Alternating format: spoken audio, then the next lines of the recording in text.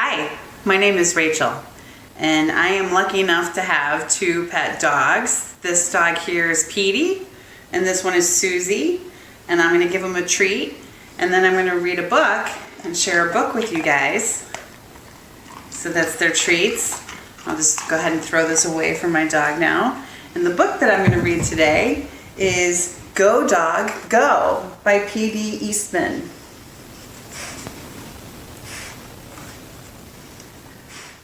Go on skates or go by bike.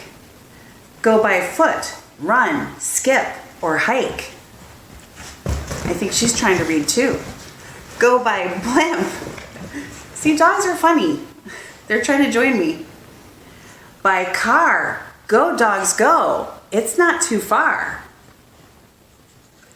Stop dog stop. The light is red. Go dogs go, it is green ahead. You're almost there. Stop at that tree. Climb that ladder.